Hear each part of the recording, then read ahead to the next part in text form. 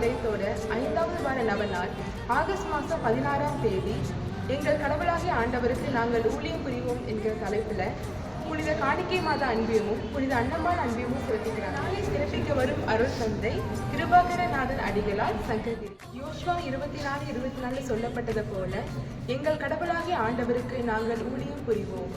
அன்னை மரியாளுக்கு கபிரியேல் தூதன் தூது உரைத்தப்ப அவங்க கலங்கி போய் இது எப்படி நிகழும் அப்படின்னு கேள்வி கேட்டாங்க.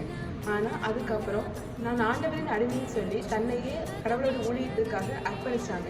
அதுபோல நாமளும் கடவுளோட ஊழியத்துக்காக நம்மளை அர்ப்பணிக்கணும். நாமளும் கடவுளோட திருவுளப்படி வாழ நவநாள் திருப்பலியில் கலந்து கொள்ள அனைவரும் வாருங்கள்.